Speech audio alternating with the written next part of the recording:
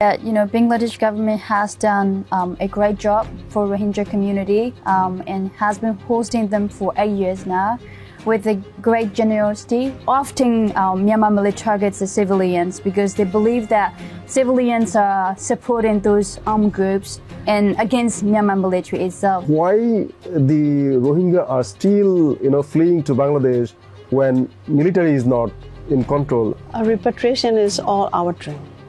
I want to go home, and the Rohingya refugee wants to go home. Right. So it's the same thing. Mm-hmm. And we have to start that process. We also need to change the root cause. We can do empower through the media and talking to the people, direct dialogue with the Rohingya community like this visit.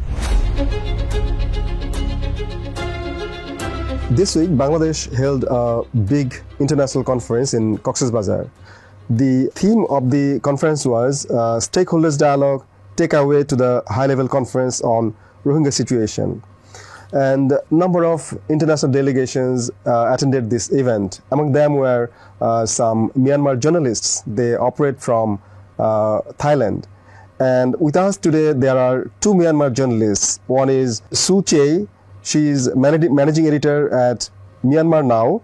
And the other one is Monmon Mia. She is a senior management consultant at the Democratic Voice of Burma. Welcome to this show. Thank you for inviting us. Thank you very much for having me. So, I'd like to know from you, because it's, I think, a unique visit to Bangladesh for you. We usually don't see Myanmar journalists coming to Bangladesh. So, I'd like to know from you, Suche, that you attended the event, that you also visited the Rohingya camp. What was your experience? What is your takeaway? My takeaway from this conference was that, Bangladesh government has done a great job for Rohingya community and has been hosting them for 8 years now with a great generosity. And I think that this high-level conference where a lot of international community, including Rohingya diaspora, were with their presence, I think that, this will help Rohingya community somehow when it, especially when there is funding cut to Rohingya situation. So that alone will help Rohingya, I think, and raise more attention from international community. Well, during the visit to refugee camps, it was for us a great opportunity to have a chance to visit there because we would never be able to visit to camp, like that as a Burmese journalist being based in Aizawl without the help of DW. And during that experience, I felt like, it was really bleak situation for Rohingyas to live in such, very poorly conditioned situation. And 8 years just go on without being able to, go back home because their home back in Rakhine State is also going through, violence, and they are often targeted, unfortunately. So, but at least that, being here in the camp, with the help of Bangladesh refugee camps, international community, they still have, a safe home here. But yeah, I think, seeing them living in that, impoverished situation in squalid camps, it makes me sad, yeah. And coming to you, Monmon, what is your feeling after the visit to the camp as well as joining the international conference for 3 days? Yeah, at the conference, I met a few delegates from the Cox's Bazar refugee camps. They are different ages, like from 88 years old, elderly men to very young Rohingya youth. So it's kind of like, for me, it's first time I met with people, Rohingya refugee from the camp. So it's quite interesting to learn hear their voice of launching their home, and also the situation they are facing and their desire to study, work, and live in dignity, like also very how can I say, missing home, and they are always hoping to go back in a dignified repatriation system. So it's very interesting for me to hear their voice and learn from them about their experience within this year. So now that you have seen them for the first time, and more than 1 million, I think 1.3 million Rohingya people are now living in Cox's Bazar, and they all fled from Rakhine state of Myanmar, most of them in 2017. Earlier there were around 300,000. Later, over the last 1.5 years, around 200,000 more came here. So as Myanmar citizens, of course you are Myanmar journalists and Myanmar citizens, what do you feel created the situation that they had to flee? The situation is kind of... And why it happened? Your understanding and analysis. Yeah. If you look at the refugees in Cox's Bazar or refugees in Thailand, they face the same situation because of the conflict they face, and they cannot live any longer in that area where there was conflict. So that is why it kind of fighting between different groups, or operation taken by the military regime. So because of that, they cannot live in their place anymore. So that is the main reason they escape. They flee from Myanmar.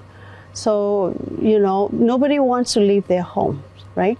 So because of the situation they face, they have to leave the country or their home.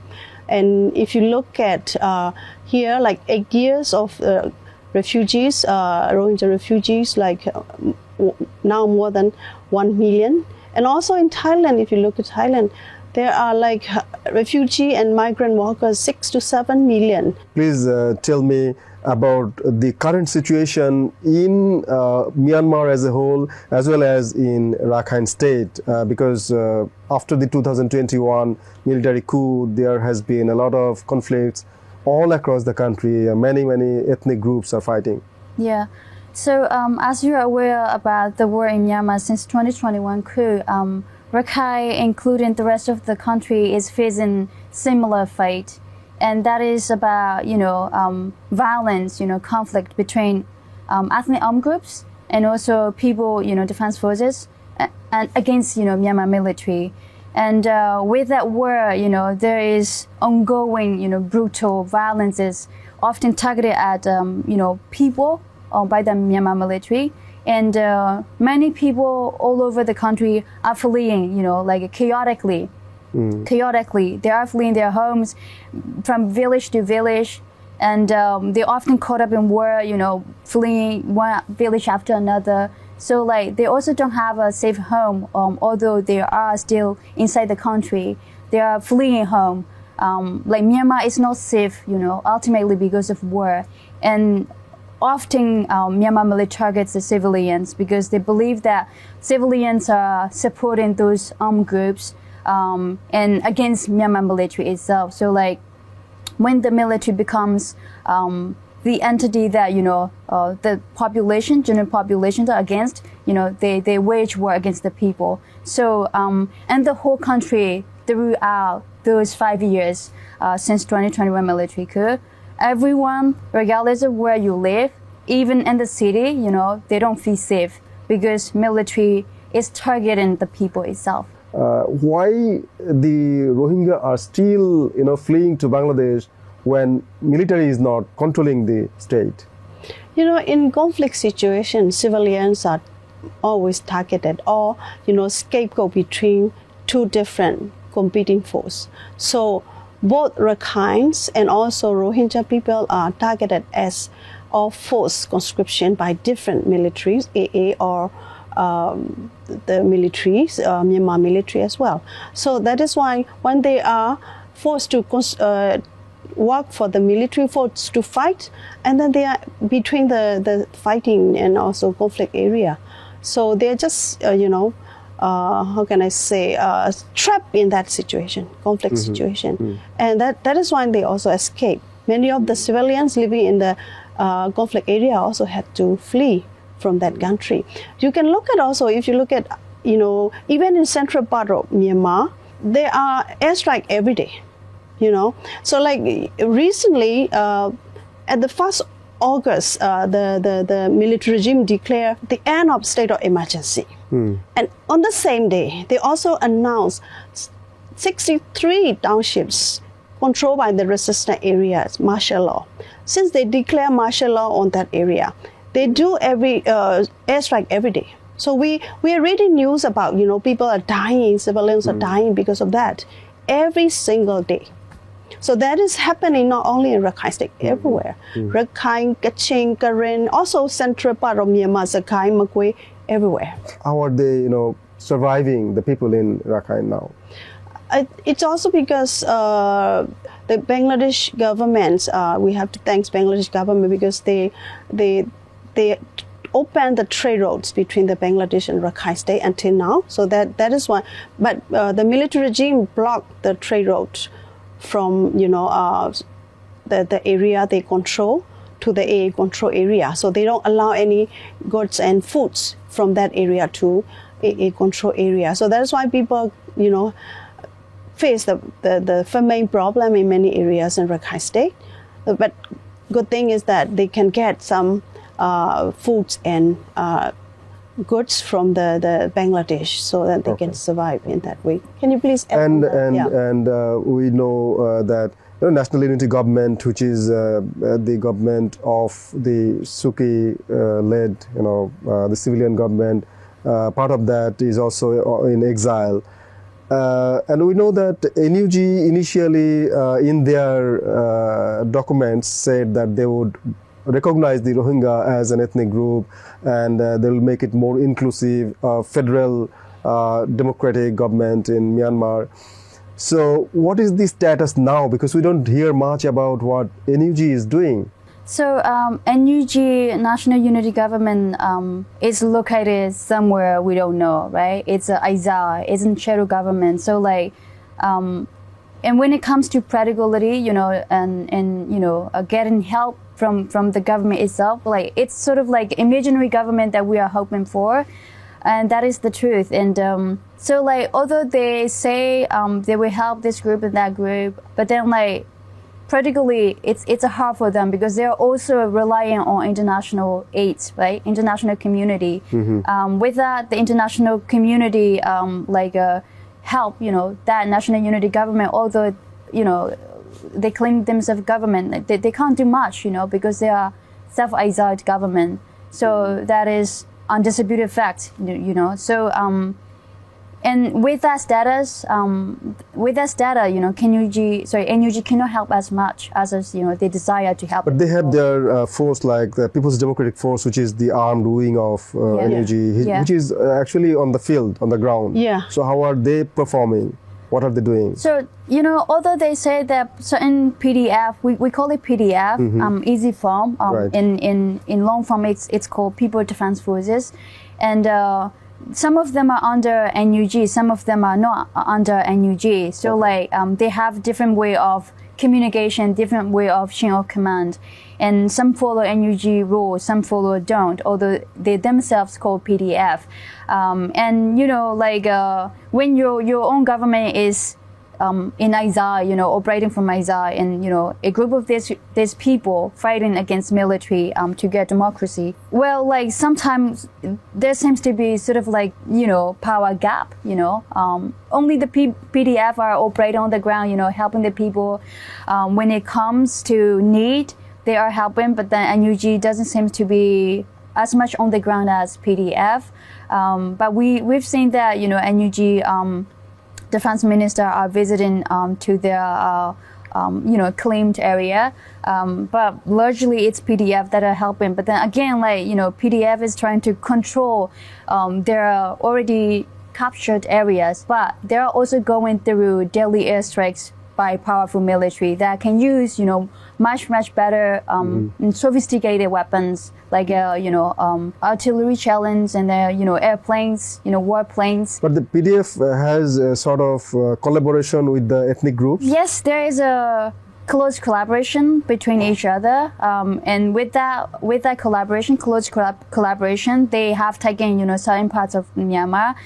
For example, like we have to say recently that this group of armed group called TNLA, Ta'ao National Liberation Group, with the help of PDF and Mandalay region, they have taken this ruby town called Mogo, and there is such collaboration between each other. Yeah. And also NUG government, it's sort of representing some majority of people because they were supported by many people from Myanmar. So they got a lot of, they can raise funding from people from Myanmar as well. So with that funding, they also allocate that funding to the, at this arms revolutionary control area. And also some area they can run the schools with the school teachers, like involved in civil disobedience movement, and also like with the doctors and nurses, they run the hospital, makeshift hospital, clinic, and they provide some healthcare service to the IDP, internally displaced people and refugees, so that they're trying to do as much as they can with the limited resource. So what is the level of influence that the NUG has on the whole Myanmar? If you say level of influence, I mean, I can say that in some area controlled by the PDF, also influenced by the NUG government, but some area, ethnic arm control area, that is totally controlled by the kind of ethnic groups. For example, like in Karenni state, they have their interim governments. So they are studying administration system, local governance system on their own, with the help of help of NUG. Yeah. What is the future of Myanmar? I mean, is it going to split?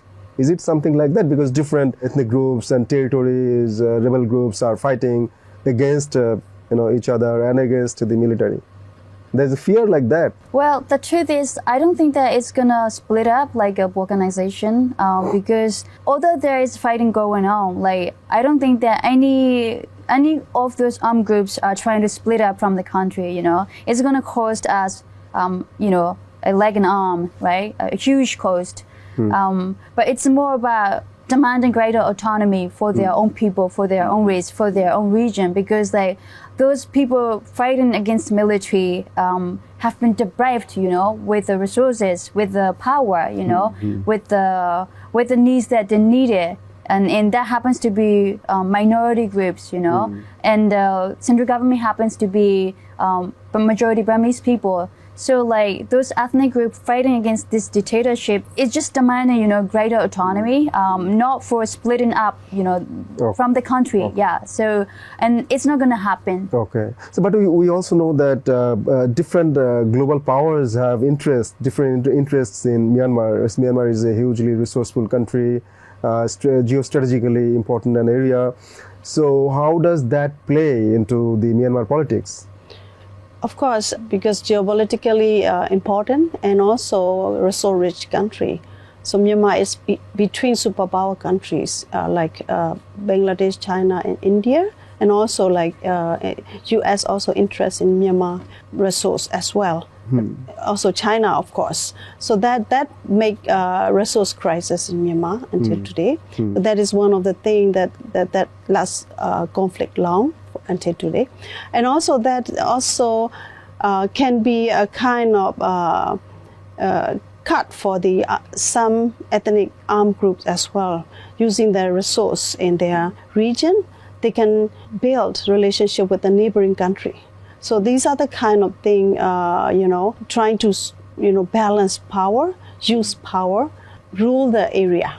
So that is a game between. I mean, against this backdrop, like you are journalists definitely, but you're also the citizens of Myanmar. So how do you foresee the future? How the stability is going to come in that country?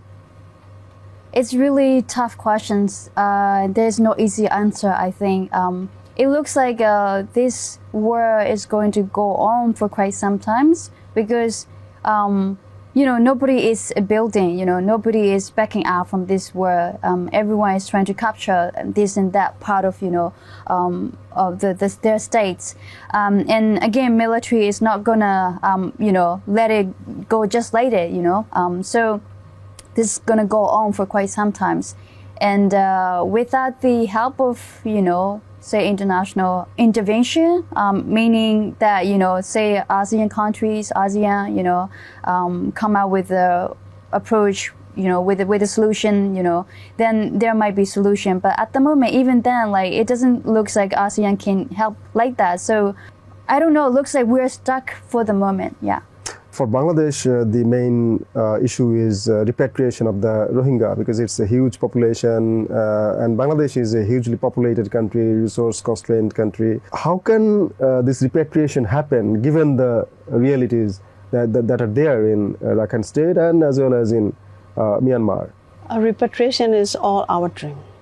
I want to go home, and the Rohingya refugee wants to go home. Right. So it's the same thing. Mm-hmm. And we have to start that process. We also need to change the root cause, solve the problem, the root cause. And also we need to change the political system. What are you describing as the root cause? Root cause is we need to change the political system. Right now we are facing this mm-hmm. military authoritarianism. Then people want its kind of federal democracy union, mm-hmm. federal democracy system, so that we have to bail up that system mm-hmm. to get a better future. When the Rohingya crisis happened in 2017, it was the Suji-led democratic government, but even despite that, the crisis happened. So, you are talking about the federal democratic system. Democracy is kind of like opening Pandora box. You need to control. Under the Aung San Suu Kyi time, Aung San Suu Kyi it's not 100% control of the country. Okay. The military was in control of the armed forces. Okay. So that's the thing. The key thing is military is in control. That is why they can do whatever they want, and they can even, stage coup after the 2020 election as well. Hmm. So right now is the arms groups, like a military regime, is using the might is right power to control the country, to get back to the authoritarian states. But at the same time, people want this federal democracy, and also even the limited democracy period, like window period, we experienced between 2015 and 2020. We want to get that kind of freedom at that time. So we will go back. We will try to get this kind of the country we want to be. So that's what we are trying for. All the ethnic people and also Burma majority also trying to get rid of the military rule to get a better system. Okay. Yeah, that's the thing. And Suche, what do you think that how the international community, the regional countries, including Bangladesh, India, China, can help, or what do you expect from these countries and other international community members?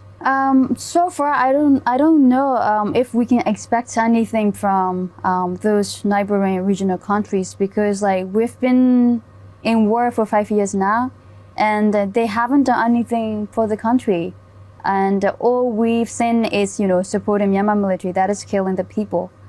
And if we're calling for international community to support people in the resistance group, and they often say, we don't meddle with, other people's country's affair.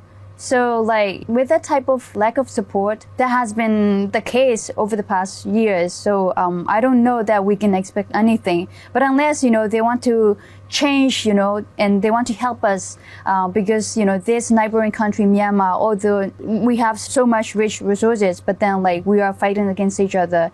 And they are also impacted by it with, refugees and other type of stuff, right? I mean, this actually is this should be a huge issues for them as well, because with the war on the doorstep, they shouldn't look away, they shouldn't look away as if it doesn't concern them. But what they're doing over the years is it doesn't concern them as much. They don't need to meddle with the Myanmar politics. And actually, they should come up with, proactive solutions to help Myanmar people, and for the country itself, so that they can also prosper and then, benefit from, peaceful neighbor. Yeah. At people's level, track 2 diplomacy, what can happen? What is your suggestion or expectation? I think people to people level, first step we have to do is we have to build mutual understanding between two communities. Like in Bangladesh, host community, between host community and also Rohingya community. And also in Myanmar, host community, Rakhine and the Rohingya community. So that is the first step we have to do. Okay. That will be the best. How can that happen? Because through the media, we can do empower through the media and talking to the people, direct dialogue with the Rohingya community. Like this visit, we went to the camp and we try to meet different people from the camps. Okay. And that's the only way we can start. And also education. We can start this kind of dialogue from the education, from the classroom. So these are the 3 areas I find it to start the first step: media, education, and dialogue. I think media plays a huge role in order to bridge the gap between two countries, because although we are very close neighbor, but we don't know each other at all. All we know is that, with the, preconceived perception, this Bangladesh on the next door with a huge Muslim population are, bad people, terrorists. Meanwhile, Burmese, Buddhist nation with the majority Buddhist people are nationalists killing, Muslim people. So that actually, we both have two, extreme level of understanding against each other. That is true to some degree, but not 100% true. But then, and the politics between two countries plays out again, on that view, and we have to change that perspective, and media play huge roles in that. And in order to bridge the gap, to get closer to each other, understand each other, be a good neighbor and be helpful to each other, we have to educate people, and we have to talk, we have to do dialogue between each other, and with that I think we can bridge the gap as close as possible, and then bring benefits to each other. Yeah, that's the only way forward, I think. Fantastic. As we speak with each other, we'll one day be able to overcome the crisis, and the Rohingya people who are now living here as refugees can return home.